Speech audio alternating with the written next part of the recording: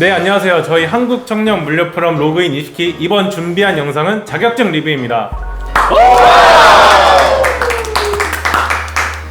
저희 리뷰 들어가기 앞서 저희 운영진 분들 자기소개 한번 들어볼게요. 네, 안녕하십니까. 저는 한국청년 물류 프로그램 기획부에서 활동 중인 이지훈입니다. 저는 용인대학교 물류통계정보학과를 전공하고 있고 4학년에 재학 중입니다. 네, 저는 한국청년 물류포럼 기획부에서 운영진을 맡고 있는 이소연이고, 저는 중국 중경대학교 대외한학과를 졸업했습니다. 네, 안녕하세요. 저는 한국청년물품 20기 홍보부 하주성이고 인하대학교 중국학과 3학년에 재학 중이고 아태물류학부를 복수 전공하고 있습니다. 네, 안녕하세요. 한국청년물류포럼 기획부의 운영진인 신형조입니다. 저는 현재 명시대학교 중어중문학과와 국제물류통상학과를 복수 전공 중입니다. 이거 로봇인데? 괜찮습니다. 그럴 수 있죠. 네, 이 자격증 모르시는 분들을 위해 간단하게 소개해 드리려고 하는데요. 일단 국제무역사란 것은 한국무역협회에서 주관하는 민간 자격증으로 무역업계 종사자 및 예비 무역인들의 객관적인 무역 실무 능력 검증을 위한 시험입니다. 이 과목 응시 자격은 없으며 시험 과목으로는 무역규범, 무역결제, 무역계약, 무역영어로 총 4가지로 이루어져 있습니다.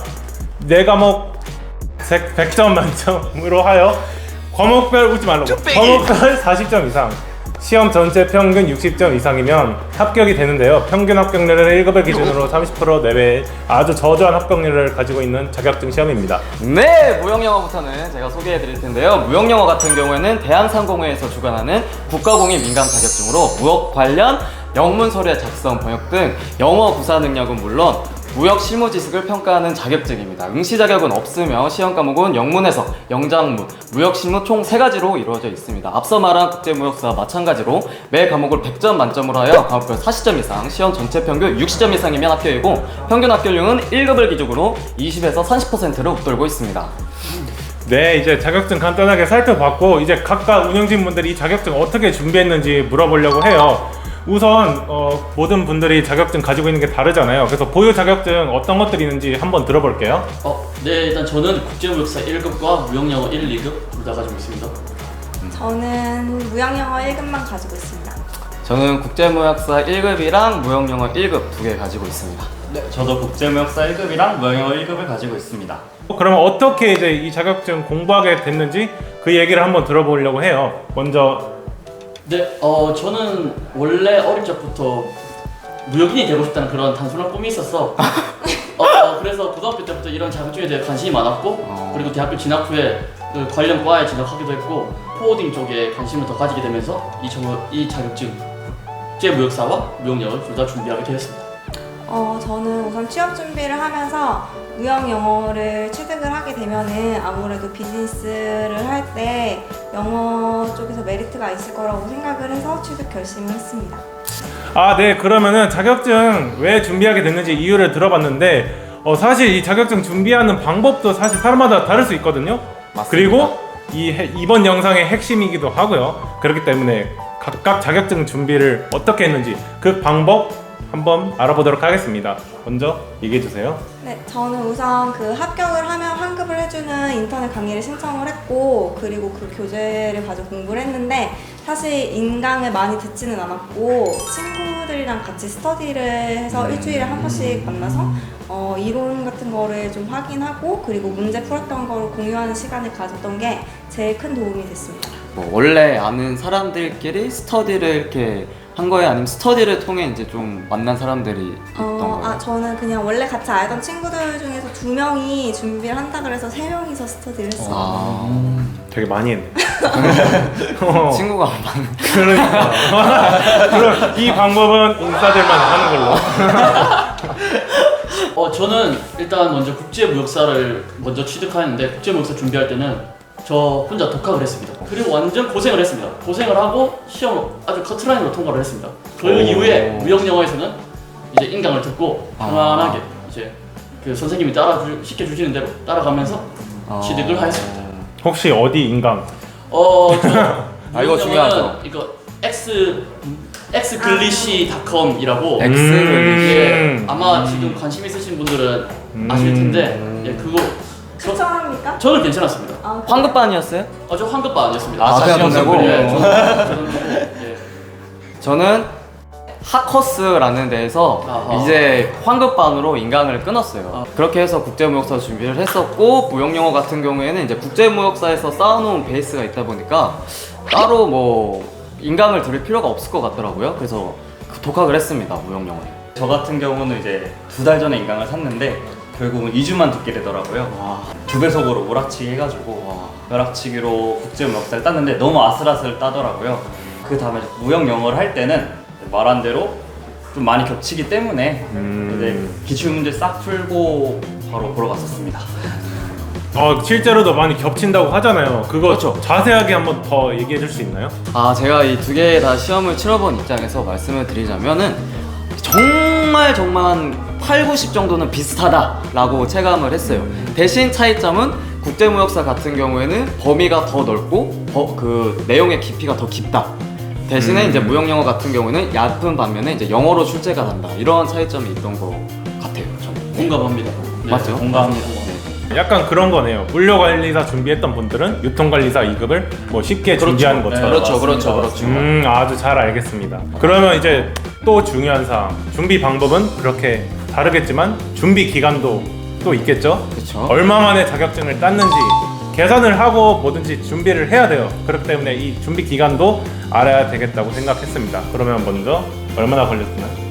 저는 그때 취준생이어서 뭐 전업으로 준비를 할 수 있었지만 근데 시간을 엄청 많이 투자하진 않았고 한 3주 정도 공부를 했습니다. 인강을 들으면서 3주죠. 인강이요? 아니 인싸 공부 방법. 스터디였죠, 스터디. 인싸 공부 죄송합니다.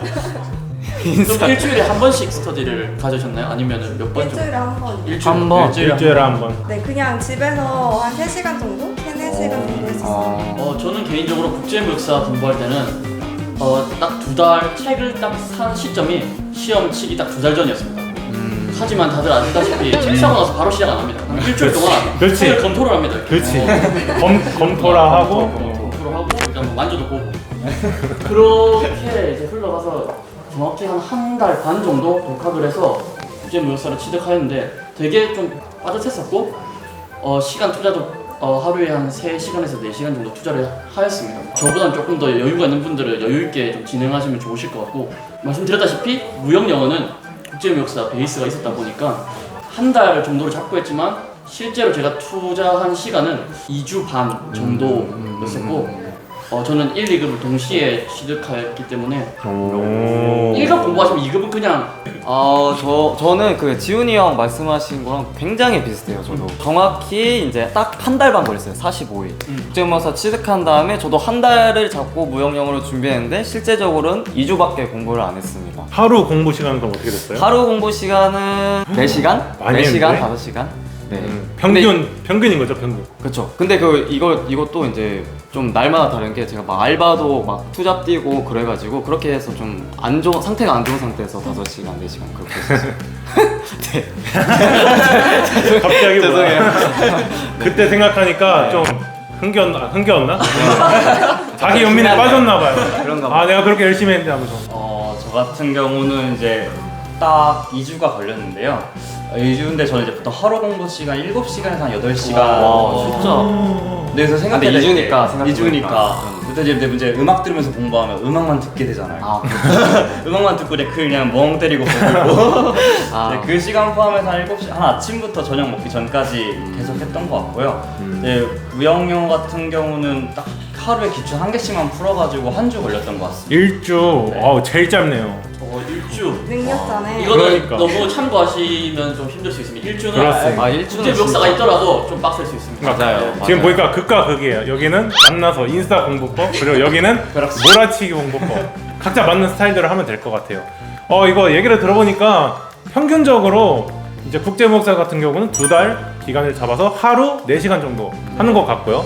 무역영어 같은 경우에는 국제무역사 따진 분들 기준으로 하면 짧으면 1주, 길어야 2주 내에 하루 3-4시간이면 충분히 따는 자격증인 것 같습니다. 혹시 준비하면서 어려웠던 점, 이것만은 좀 꼭 했으면 좋겠는 점 있을까요, 다들? 저 같은 경우는 이제 몰아치면서 가장 후회했던 게 국제무역사에서 그 관세 관련한 게 있었어요. 아, 관세법. 음. 관세법. 거기서 굉장히 많은 힘든 시기를 맞아요. 보냈습니다. 맞아요. 그거 먼저 하시면 좀 마음이 편해질 수도 있습니다. 그 힘든 걸 먼저 해야지. 그러니까. 네, 특히 이제 몰아칠 때 그 나중에 보면 되게 하기 맞아요. 싫어서 네, 되게 하기 싫어지더라고요. 맞아. 관세법이 제가 국제무역사 준비했을 때 제일 어려운 파트였어요. 그러니까 문제 내는 것도 조금 치사하게 내요. 예를 들면 뭐 3년이라고 적혀 있는 거를 2년, 1년으로 바꿔서 낸다든가 이런 식으로 문제 막 세세하게 바꿔서 내가지고 국제무역사가 기본적으로 문제 자체가 그 이론은 엄청 많은데 여기서 크게 나오는 게 아니라 세세하게 문제를 내요. 그래서 이런 부분이 공부할 때 좀 꼼꼼하게 기억하는 데 있어서 어려웠다. 무역영어는 그 뭐 인구 탐지 같은 문제가 많이 나오잖아요. 그래서 그 부분을 영어로 된 부분을 좀 많이 정리를 하는 게 좋을 것 같아요. 그 문제들은 꼭 나오니까. 맞아요. 절차 같은 거.